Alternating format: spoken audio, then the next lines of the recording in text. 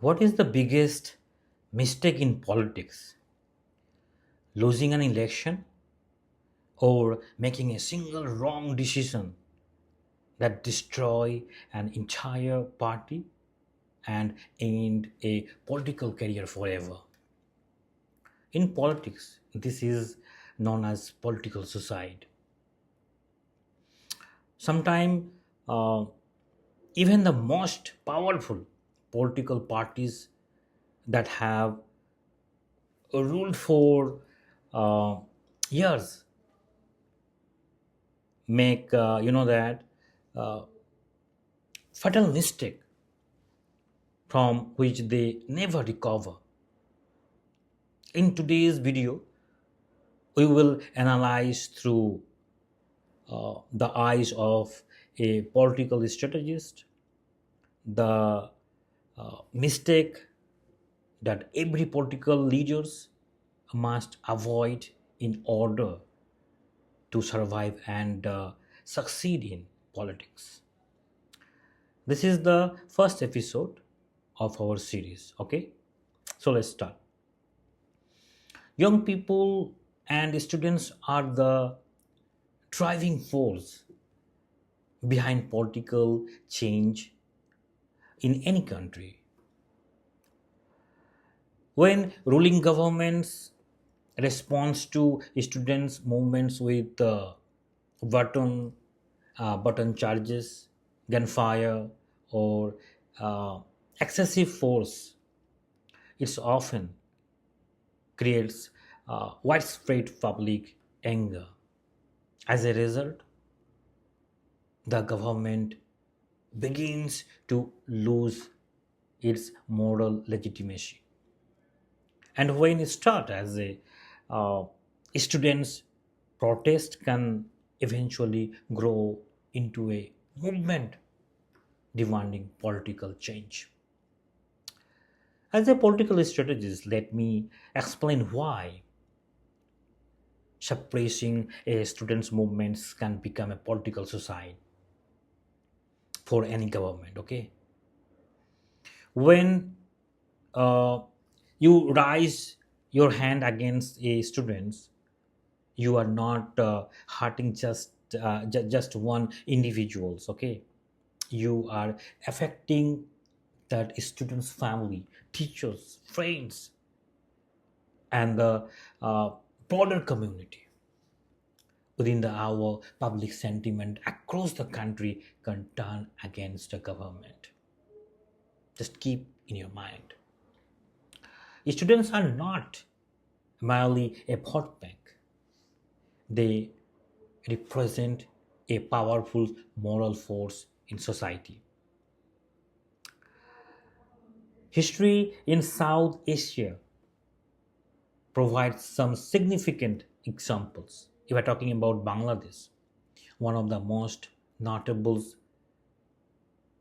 recent examples in is the 2024 students' late movements in Bangladesh.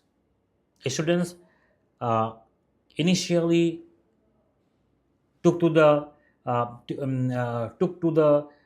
street demanding reforms to the government job quota system.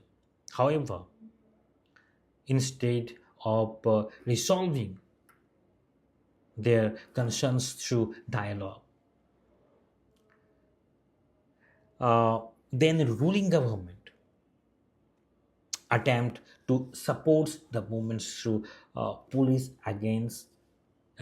action and party supporters. The protest quickly escalated, okay, into a broader movement demanding the government resignation, ultimately leading to the fall of the governments that had been in power for about 15 years. Many political analysts consider this a textbook example of political suicide. If I'm talking about India, In 1974, students in Bihar and Gujarat launched protest against uh, corruptions and unemployment. The governments led by Prime Minister Indira Gandhi attempted to contain, contain the movements through strong administrative measures, and police actions occurred in several places.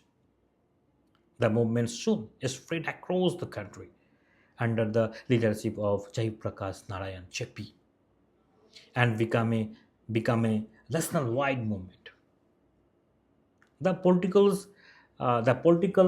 developments surrounding these movements later contributed to the declarations of the emergency in 1975 and the historical electoral defeat of Indira Gandhi in 1977. Now let's look at international politics. During Sri Lanka economic crisis, young people launched the Aragalaya protest movement. Okay, drawing supporters, public anger intensified across the country. Eventually, the crisis uh, culminated in President Gotabaya Rajapaksa leaving the country. If we're talking about South Africa in 1976, school students in Soweto organized peacefully demonstration against apartheid. Police opened fired on the protesters. Result in a resulting in the death of many students.